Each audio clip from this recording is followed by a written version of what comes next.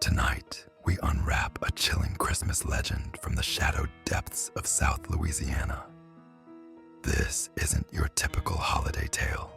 It's darker, bloodier, and guaranteed to leave you looking over your shoulder.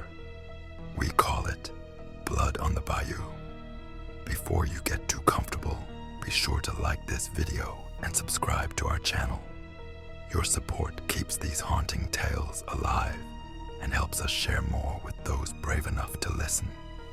Now, settle in and listen closely. The Bayou Teche holds many secrets, but none as harrowing as the legend of Hapgood Boudreaux. Just remember, not all Christmas spirits bring joy.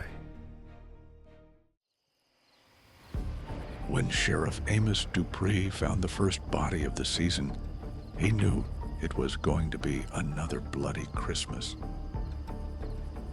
The corpse dangled from a cypress tree, its arms splayed like a grotesque ornament, dripping crimson into the sluggish waters of the Bayou Teche. In the cold December wind, a heavy stillness hung over the scene. In Iberia Parish, there was only one man who came calling this time of year, and he was supposed to be dead.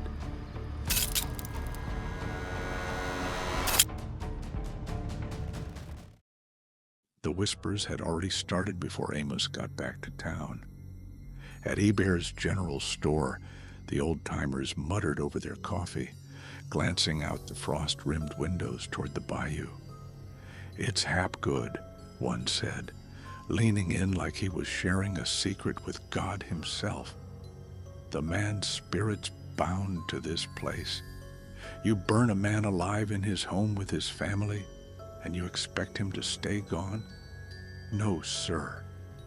Amos ignored the chatter. He had heard it all before.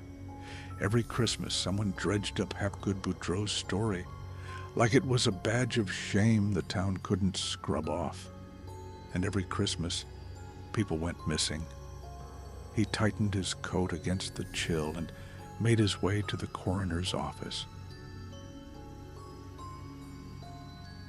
What was left of the victim, a local fisherman named Zeke Guidry, was laid out on the cold steel slab. Zeke had been missing for 3 days, and his chest bore deep, clean gashes. "What do you think, Amos?" Coroner Lou Fournier asked, peeling off his gloves. "You ready to call this a gator attack?" "No gator alive is wielding an axe," Amos muttered, his stomach knotting. The legend of Hapgood Boudreaux was as thick as the bayou mist.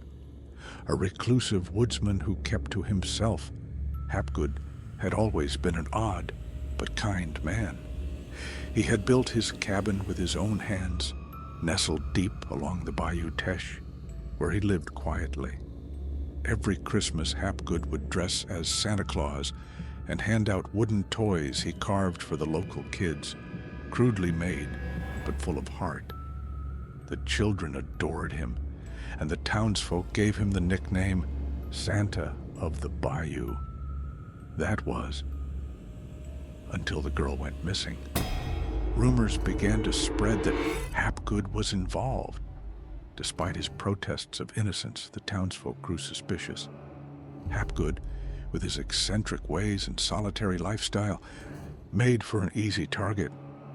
When the girl eventually returned home, she claimed Hapgood had held her captive and assaulted her. Outraged, the townsfolk decided to take justice into their own hands. On Christmas Eve, a mob marched to Hapgood's cabin and set it ablaze. Amos had been a deputy back then, a green kid barely old enough to wear the badge. He'd been part of that mob, and he could still remember the way the flames roared, the acrid smoke stinging his eyes and throat. What he couldn't forget, what none of them could, were the piercing screams from inside. Hapgood's wife and daughter. He hadn't known they were there until it was too late. No one had, or so they told themselves. The fire consumed the cabin, and while the townsfolk believed Hapgood perished in the flames, his body was never found. It wasn't until later that the truth emerged. The girl had fabricated the entire story to avoid getting in trouble for sneaking away to be with her boyfriend. By then, the damage was done. Hapgood and his family were gone, and the guilt weighed heavily on the community.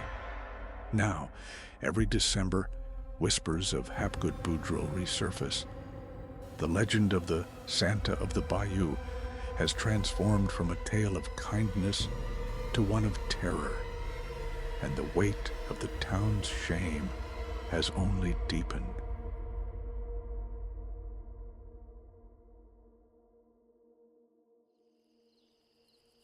Amos drove down the rutted trail that led to the edge of the bayou, the sun slipping behind the dense tangle of trees.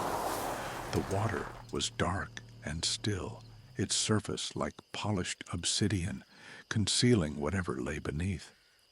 He stepped out of his truck, the crunch of his boots breaking the eerie silence. "You think I don't know, Hapgood?" Amos muttered, his voice wavering in the oppressive stillness. "You think I don't carry it every damn day?" The air seemed to thicken, pressing down on him like the weight of a guilty conscience. A shiver crawled up his spine, and Amos reached for his sidearm, fingers tightening around the grip. From the shadows of the dense cypress trees, a figure emerged. It was Hapgood Boudreaux. The man's tattered Santa suit hung off him like a forgotten relic, the red darkened with grime, the once white trim stained yellow and black. His beard was wild and matted, framing a face that seemed barely human. His eyes burned with an intensity that froze Amos where he stood. In his hands was an axe, its blade catching the faint light in jagged flashes. Hapgood moved with deliberate, unhurried steps, his boots silent on the damp ground. Amos felt his pulse quicken, his breath shallow and ragged. He wanted to speak, to explain, to beg, but Hapgood offered no chance. The axe rose in a sharp, fluid motion, and Amos barely dodged the first swing. The blade whistled past his ear, cutting into the tree trunk behind him with a sickening thud. Amos stumbled backward, his boots slipping in the muddy edge of the bayou. Another swing came, and this one tore through the sleeve of his jacket, missing his arm by inches. His gun came up, the barrel shaking as he fired blindly, gunshots cracking through the oppressive silence. The bullets seemed to have no effect. Hapgood pressed forward, his expression cold and unrelenting. Amos turned and ran. He crashed through the tangled underbrush, the uneven ground sucking at his boots, slowing him at every step. His lungs burned, and his ears rang from his own gunfire, but he pushed on, the sound of heavy footsteps following him. The truck was in sight now, its outline barely visible in the dim light. Amos lunged for it, throwing himself into the driver's seat and slamming the door behind him. He fumbled for the keys, his trembling hands finally turning the ignition. The engine roared to life, and he jammed the gear shift into drive. As the truck jolted forward, Amos risked a glance in the rearview mirror. Hapgood stood motionless at the edge of the bayou, his axe hanging loosely at his side, his piercing eyes locked on the fleeing vehicle. Amos didn't stop until he reached the safety of town, his heart hammering in his chest. By morning, they found another body dangling from a cypress tree, dressed in fishing waders. The victim's chest was cleaved open with precise, brutal strokes. Amos stared at the scene, the metallic tang of blood heavy in the air, the weight of his failure settling over him. Hapgood wasn't finished. He wasn't going to stop. It was going to be a long Christmas season.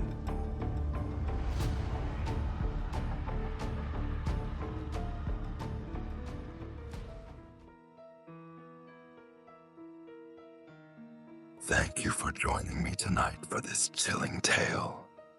The legend of Hapgood Boudreaux reminds us that some secrets refuse to stay buried, and some wrongs are never forgiven.